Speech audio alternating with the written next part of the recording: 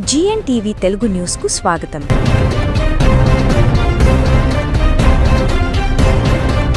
Congress party ఇచ్చినటువంటి 6 గ్యారంటీలు 420 హామీలు. మరి ఈ 6 గ్యారంటీలలో ఉచిత బస్సు మాత్రం మహిళలకు ఇచ్చిండ్రు.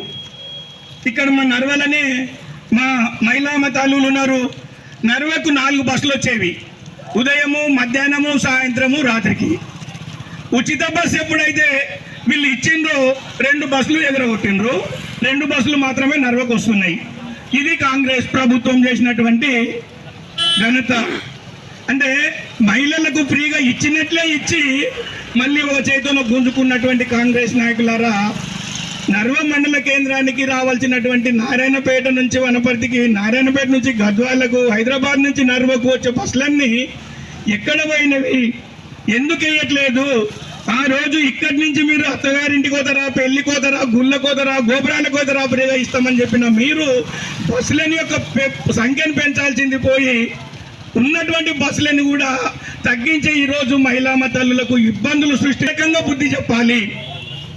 గతంలో అసెంబ్లీ ఎన్నికలలో మాత్రమే ఆ రోజు మేము పేదలం, మేము రైతు రాజ్యాన్ని తీసుకొస్తాం, రైతులకు ఎల్లవేళలా మేము అండదండలు ఇస్తామని చెప్పిన మీరు గతంలో ఏదైతే రైతు బంధు 6 నెలలకు ఒకసారి ఇస్తే మీరంతా ప్రతిపక్షంగా ఉన్నటువంటి కాంగ్రెస్ నాయకులు 3 సార్లు పంటలు పండించే రైతాంగానికి 3 సార్లు రైతు బంధు ఇవ్వాలని చెప్పినటువంటి రేవంత్ రెడ్డి గారు మరి ఈరోజు 6 సార్లు 6 సీజన్లుగా మన తెలంగాణలో రైతాంగం అంతా పంటలు పండించుకుంటున్నారు. మరి ఎన్నిసార్లు మీరు రైతు బంధు వేసిందని చెప్పేసి సందర్భంగా మిమ్మల్ని ప్రశ్నిస్తున్నా. మీరు ఇస్తామన్నటువంటి 7,500 రూపాయలు ఒక సీజన్కు 1,500 రూపాయలు 15,000 రూపాయలు సంవత్సరానికి ఇస్తామన్న మీరు దాన్ని తగ్గించి తెగ్గోసి 6,000 రూపాయలకు తీసుకొచ్చినటువంటి ఘనత మీకున్నది. ఇచ్చే 6 నెలలకు ఒకసారి కూడా ఇవ్వట్లేదు, మీరు 4 నెలలకు ఒకసారి ఇవ్వమని చెప్తారు మీరు. మరి మీరు ఇస్తామన్నటువంటి ఏదైతే ఈ రైతు బంధు ఉన్నదో అదే మీరు సక్రమంగా ఇవ్వట్లేకపోతున్నారు. పైగా రైతాంగం కష్టపడి పండించి ఎండనక వాననక కష్టపడి పని చేసి పండించినటువంటి పంటను మేము సన్నవడ్లకు 500 రూపాయల బోనస్ ఇస్తామని చెప్పిన మీరు ఎక్కడ పోయింది మీ బోనస్ అని చెప్పేసి ఈ సందర్భంగా ఐలమ్మ సాక్షిగా, అంబేద్కర్ గారి సాక్షిగా మిమ్మల్ని అడుగుతున్నా. ఎందుకు మీరు 500 రూపాయల బోనస్ ఇస్తామని చెప్పేసి ఇవ్వలేదు? ఈరోజు రైతాంగం అంతా కూడా ఆ రోజు 2,350 రూపాయలు తీసుకున్నారు. మరి సన్న వడ్లకు బయట 2,899 కూడా తీసుకుంటామని ప్రైవేట్ వాళ్ళు వస్తే ప్రభుత్వం ద్వారా మాకు డైరెక్ట్గా ఒకేసారి వస్తామని చెప్పేసి మోసం పోయిన రైతాంగాన్ని మీరు ఈరోజు అబాస్ పాలు చేసిన విషయం వాస్తవం కాదా అని చెప్పేసి ఈ సందర్భంగా మిమ్మల్ని ప్రశ్నిస్తున్నా. ఎందుకు ఇవ్వట్లేదు? 4 నెలల కాలం అయ్యింది, మరొక నెల అయితే ఈ వానకాలం పంట కూడా కోయడానికి వస్తున్నది. మరి రైతాంగం ఏమనాలి? రైతాంగం కొంటారా కొనరా? గతంలో 500 రూపాయలు ఇస్తామని కొంతమందికి ఇచ్చిండ్రు, కేంద్ర ప్రభుత్వం నుంచి మాకు రాలేదు, మేము ఇవ్వలేదని మాట్లాడుతున్నా కాంగ్రెస్ నాయకులారా, నేను కేంద్ర ప్రభుత్వం అభ్యర్థిగా నేను చెప్తున్నా, భారతీయ జనతా పార్టీ కార్యకర్తగా మేము ముందర నేను వివరాలు చెప్తున్నా. యాసంగి సీజన్లో గతంలో వానకాలం సీజన్ కావచ్చు, అంతకంటే ఇంకా 6 నెలల ప్రతిసారి కూడా మన నర్వ మండలానికి 2,000 మెట్రిక్ టన్నుల యూరియా మన నర్వ పిఎస్ చేసుకొస్తుంది సోదరులారా. ఈసారి నిన్ననే నేను డిస్ట్రిక్ట్ అగ్రికల్చర్ ఆఫీసర్తో మాట్లాడినా, అయ్యా మా నర్వ మండలం పరిస్థితి ఏంది? మా మద్దల్ నియోజకవర్గంలోని సింగిల్ విండో ఆవరణ లోపల రైతాంగం అంతా చెప్పులు నిలబెట్టుకొని లైన్లో నిలబడాల్సినటువంటి దుర్భాగ్య పరిస్థితి వస్తున్నది. ఇంతకు ఎక్కడ పోయింది మరి కేంద్ర ప్రభుత్వం నుంచి వచ్చే యూరియా? అంటే నర్వ మండలానికి ఎప్పుడు 2,000 మెట్రిక్ టన్నులు ఇచ్చేది, ఈసారి 4,000 మెట్రిక్ టన్నులు ఇచ్చినాం రెడ్డి గారు, మీకు ఆధారాలతో సహా చూపిస్తామని చెప్పిండ్రు. పడుతున్న విషయం వాస్తవం కాదా? మరి 2,000 మెట్రిక్ టన్నులకు పైగా యూరియా ఎక్కడ పోతున్నదని చెప్పేసి ఈరోజు నర్వ మండల రైతాంగం అంతా కూడా ఆలోచన చేయాల్సిన అవసరం ఉందని చెప్పేసి సందర్భంగా గుర్తు చేస్తున్నా.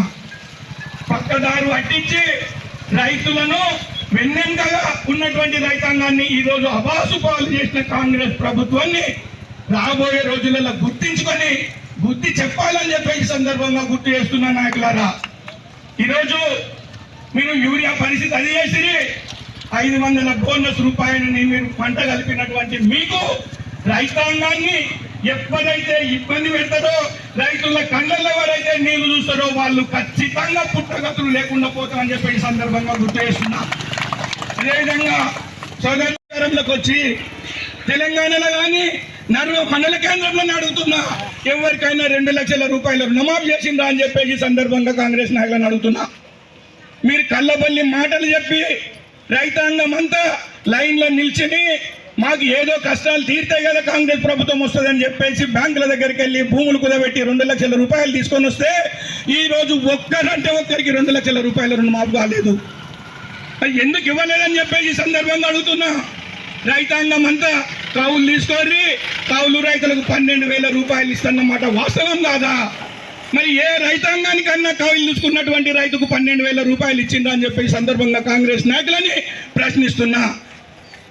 2 సంవత్సరాలు వస్తున్నది, 12,000 రూపాయలు ఎక్కడ పోయినాయి? మీకు ఇస్తున్నటువంటి 2 లక్షల రూపాయల రుణమాఫీ ఎక్కడ పోయినది? ఈరోజు ఏమన్నా మాట్లాడితే కాంగ్రెస్ మా ఖజానాలో డబ్బులు లేవంటారు. డబ్బులు లేకుండానే మీరు అధికారంలోకి రావాలనుకున్నారా?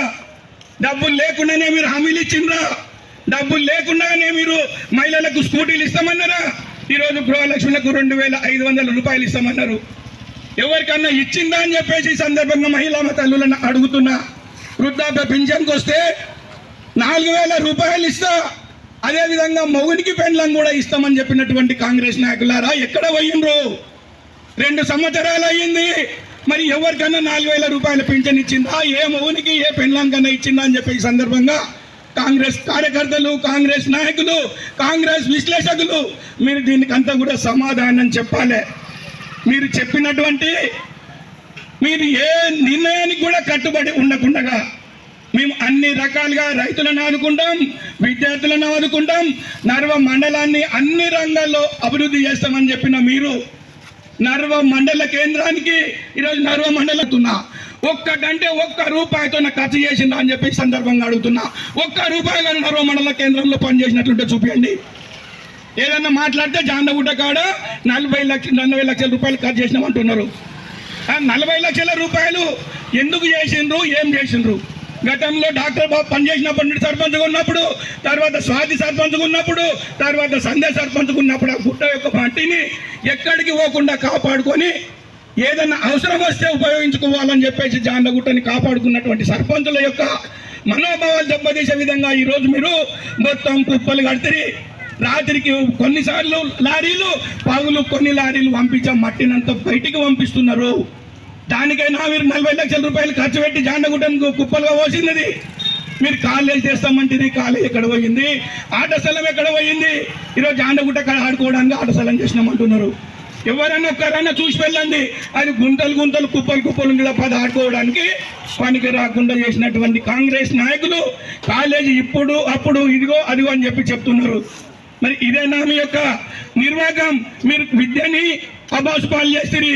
ఈరోజు ఆరోగ్య కేంద్రాన్ని మేము 100 పడకల హాస్పిటల్ చేస్తామంటుంది. మరి ఎక్కడ పోయింది? ఈరోజు హాస్పిటల్కి పోతే పైన పెచ్చులు కూడా కొడుతున్నారు, తర్వాత ఫ్యాన్లు తిరగట్లేని పరిస్థితి, బెడ్లు లేని పరిస్థితి. ఈరోజు భూమి మీద వండుకొని ఈరోజు పేషెంట్లు అంతా కూడా వాళ్ళ గోస చూడలేని పరిస్థితి. ఈరోజు నర్వ మండలంలో ఉన్నటువంటి మన హాస్పిటల్ పరిస్థితి. వాళ్ళు చెప్పినటువంటి మాటలకు నేను చెప్తున్నా, అక్కడ ఫాయిదాలన్నీ తీసుకోండి. పార్లమెంటు నియోజకవర్గం గురించి పవర్ పాయింట్ ప్రజెంటేషన్ ఇచ్చినట్టు రాహుల్ గాంధీ గారు ఆయన అనుచరులకు మేము చెప్తున్నాం, మీరు పార్లమెంటు నియోజకవర్గంలో ఫస్ట్ కరెక్షన్ చేసుకోవాల్సింది 7 నియోజకవర్గాలు కాదు 8 నియోజకవర్గాలు అని చెప్పేసి మీరు కరెక్షన్ చేసుకోవాలి.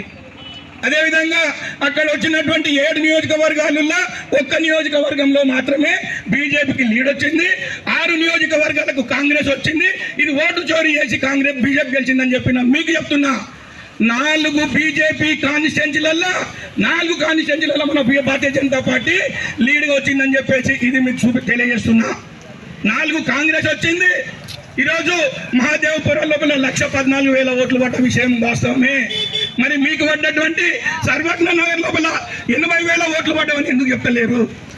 ఈరోజు 10,500 ఈరోజు ఓటు చోరీ చేసి గెలిచిందని చెప్పినా మీకు చెప్తున్నాం.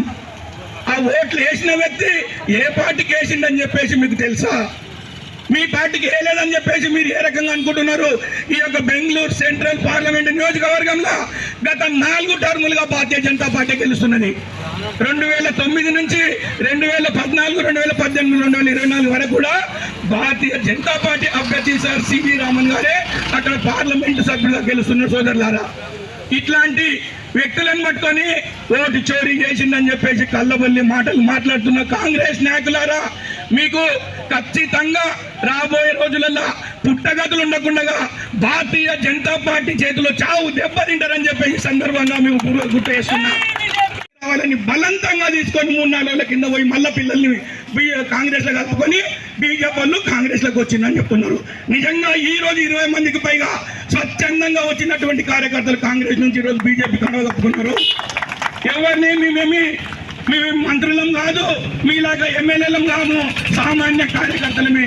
అయినప్పటికీ అన్నమ్మ గారి యొక్క అభివృద్ధిని చూసి, నరేంద్ర మోడీ గారి యొక్క పాలనను చూసి ఈరోజు భారతీయ జనతా పార్టీలోకి కండువలు కప్పుకొని వస్తున్న సోదరులారా, గవర్నమెంట్ నుంచి 3 అంగన్వాడీ కేంద్రం బిల్డింగ్ వచ్చిన అంగన్వాడీ బిల్డింగులు వచ్చినవి. అదే విధంగా మండలంలో ఉన్నటువంటి 6 గ్రామాలకు కూడా అంగన్వాడీ బిల్డింగులు వచ్చినాయి.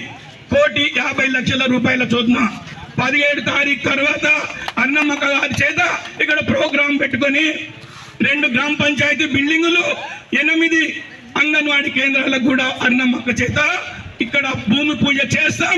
ఖచ్చితంగా కాంగ్రెస్ నాయకులారా మీకు కూడా ఇన్ఫర్మేషన్ ఇస్తాం, మీరు కూడా రండి, కలిసి పనిచేయమని చెప్పేసి మేము సందర్భంగా మీకు చెప్తున్నాం. బీజేపీ వాళ్ళు కాదు, అభివృద్ధిని కాంక్షించే వాళ్ళు, అభివృద్ధికి సహకరించే వాళ్ళు బీజేపీ వాళ్ళని చెప్పేసి సందర్భంగా చెప్తున్నాం. ఏ విషయంలో మాట్లాడినా మీరు అన్ని కళ్ళబొల్లి మాటలు చెప్పుకుంటా, కహానీలు చెప్పుకుంటా, డబ్బాలో రాళ్ళేసి ఊపినట్లుగా నేను ఇన్ని పనులు చెప్తున్నా నాకు అడగిస్తారు అంటున్నా. నువ్వు తెచ్చిన పనులేను అని చెప్పేసి ఎవరైనా కానీ చెప్పాలని చెప్తున్నా.